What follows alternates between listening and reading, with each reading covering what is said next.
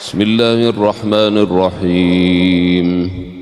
الحمد لله رب العالمين الرحمن الرحيم ملك يوم الدين. إياك نعبد وإياك نستعين.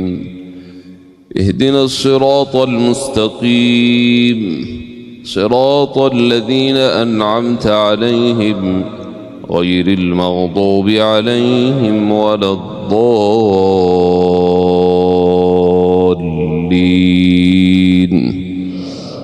آمين. بسم الله الرحمن الرحيم. ألف لام ميم ر. تلك آيات الكتاب والذي أنزل إليك من ربك الحق ولكن أكثر الناس لا يؤمنون. الله الذي رفع السماوات بغير عمد ترونها ثم استوى على العرش وسخر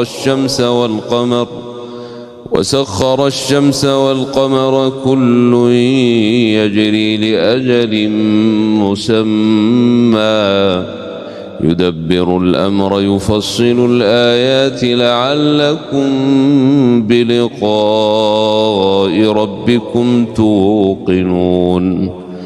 وهو الذي مد الأرض وجعل فيها رواسي وأنهارا ومن كل الثمرات جعل فيها زوجين اثنين يغشي الليل النهار إن في ذلك لآيات لقوم يتفكرون. وفي الأرض قطع متجاورات وجنات من أعناب وزرع ونخيل صنوان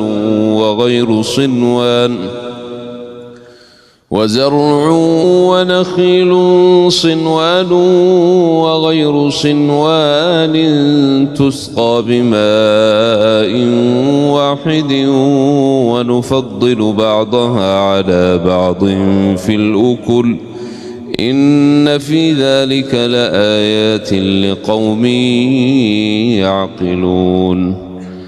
وإن تعجب فعجب قولهم أإذا كنا ترابا أإنا لفي خلق جديد أولئك الذين كفروا بربهم وأولئك الأغلال في أعناقهم وأولئك أصحاب النار هم فيها خالدون. ويستعجلونك بالسيئة قبل الحسنة وقد خلت من قبلهم المثلات وإن ربك لذو مغفرة للناس على ظلمهم وإن ربك لشديد العقاب. ويقول الذين كفروا لولا أنزل عليه من ربه إنما أنت منذر ولكل قوم هاد. الله يعلم ما تحمل كل أنثى وما تغيض الأرحام وما تزداد وكل شيء عنده بمقدار. عالم الغيب والشهادة الكبير المتعال.